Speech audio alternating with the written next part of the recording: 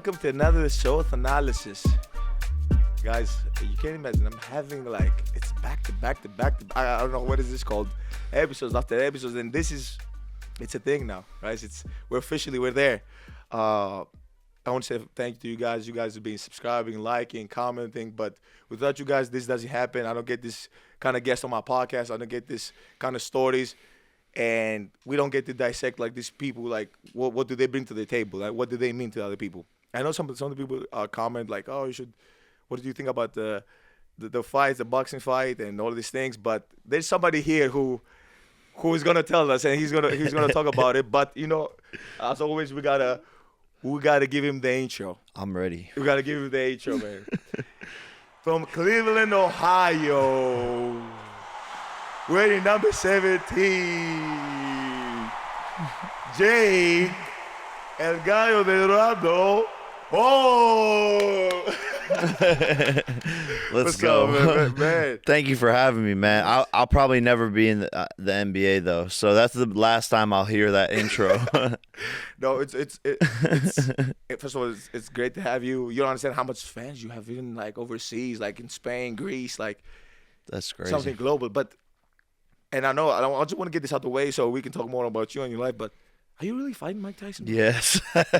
Yes. It's surreal to me. It's pretty crazy to me as well. And it doesn't make any fucking sense. But at the same time, it does. I think it's a perfect fight. It's like blending two generations together. And it's a competitive fight. And that's what makes it interesting because he could stop me. He has that power. I have that one-punch power. And doing it on Netflix, Dallas Cowboys Stadium, it's just really a dream come true. And I'm truly just honored to step into the ring with Mike. So it's happening. So great. I did the research and I said, you look up to him and he starts you in training camp and all these things. And I'm like, you brought him out of retirement. Yeah. You understand? Okay, so let's go business-wise. Let's talk a little bit of business and then we'll talk about the fight as well. You understand that you've crack the matrix of business or money game, however you want to call it, because this doesn't happen. Yeah.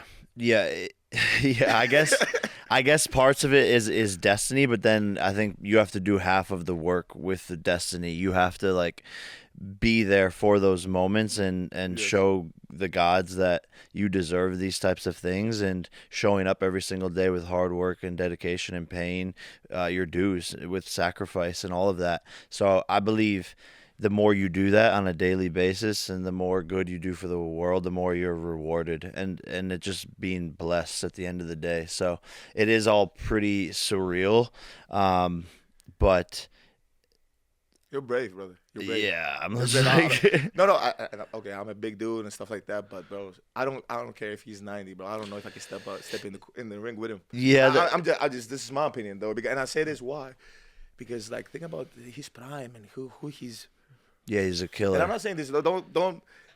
Whatever I'm saying it because this is what I'm thinking. You're heading into the ring with him. Yeah, no, with a lion, a dog, someone who wants to rip your heart out. Literally, that's his mindset going into these fights. And he's the last thing to go is the power. Everyone in the sport knows that, and that's his number one asset. So he's still gonna have the Mike Tyson power, and he has, he's world heavyweight champion, one of the greatest heavyweights of all time, if not the greatest of all time.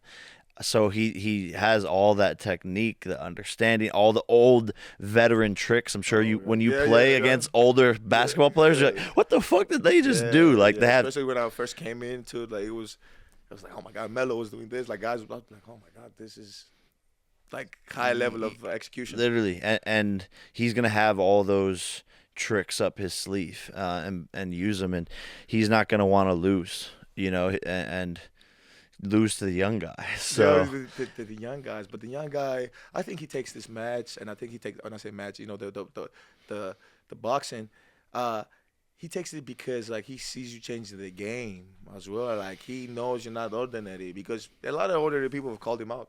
A lot of it is not. I don't think you're the first person who said, I want to fight Mike. Yeah. Or come out of retirement. But I feel like you'll do something special.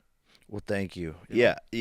No, and it's he respects that because he knew what was happening to boxing and the state of boxing and where it was going, because it was dying, and I came in and just like revived it and started making all of these fights happen and had the numbers to back up everything.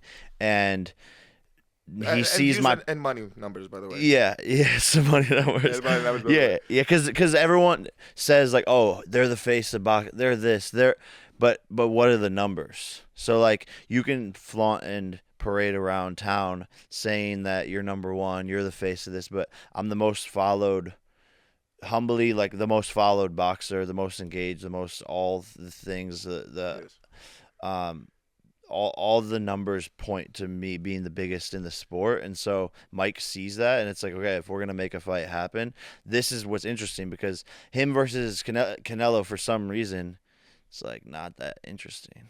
It just doesn't really like make sense. So this kind of just has that perfect narrative, that perfect storyline, and continuing to change the game with Netflix. And I believe that this could be, Is this the first boxing match for Netflix as well? first sporting event. Sporting So event. yeah, first live sporting event. But yes, in boxing too. But in boxing in modern day, it's like there's such big piracy problems because everyone just steals and watches the fight on like TikTok Live or these Discord chats.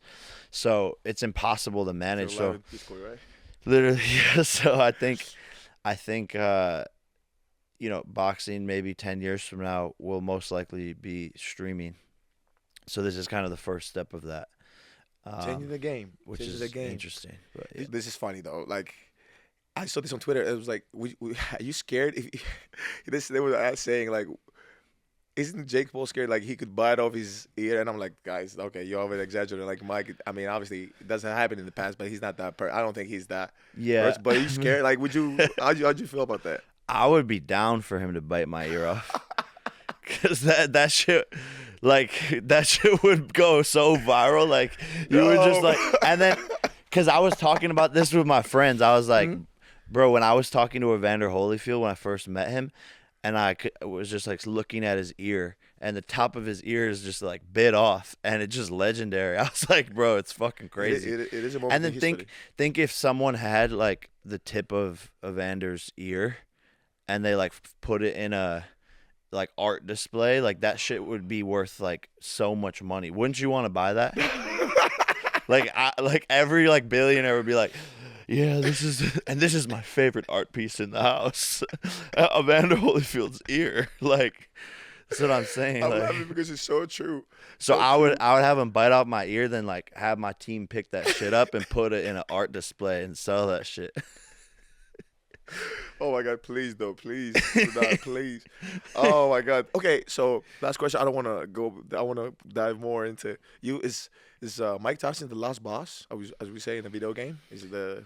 Yeah, no, I mean, I don't think so. I think I have a long career after Mike, Okay. and obviously I know it's going to be the toughest fight that I've gone into, but I plan on being world champion, so I think those fights will probably be even tougher because obviously Mike is still 58, but like he obviously has the power, but I don't think it'll be my toughest fight ever. But we'll see, I guess. We'll see. And please, everybody, July 20th. This is the Olympics, and then it's the fight. Yes. It is right there. Speaking about the Olympics, could you? We've talked about this. Are you a coach in the Olympics boxing team? I guess so. Yes. Like You're a coach in the Olympic Well, boxing team, USA? I- Like Team USA? I think I don't know if that's like the official title. Like No, like it's a more like consultant? like a consult, like a Okay. meditation mind coach. That's incredible, bro. Because I feel like these people are gonna have a lot of pressure like on the team. It's their big moment, right? Yeah. They train for 4 years just for the Olympics. So I think being able to help them relate with meditation, breath work, and visualizing the win will be very helpful, and to step into that moment and to have someone to talk to about that pressure and what's that like, and to Yeah. just be there to support them through it as well.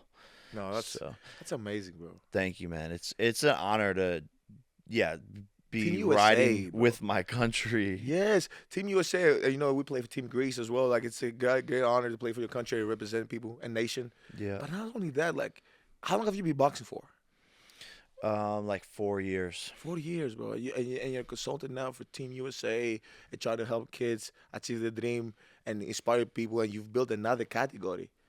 And not another category. How do you guys say? Another division. Yeah, You've built another division yeah, for yourself. Like it's crazy to say. I don't know if that's a crazy statement to say, but kind of like you saying like, hey, this is what I want to create, a business model like it's totally different than everybody else's, and try to either get people on board, but people are following this, and yeah, yeah. It's slowly like growing, and I feel like it's just all like destiny that yes, was waiting. Because like if you look at my career, it just doesn't make any sense like how I ended up in the sport of boxing and doing all the things that I'm doing, but also it's perfect the way it yes. unfolded. Like you couldn't have written that. So, and it's just really surreal and trippy. I'm just very grateful.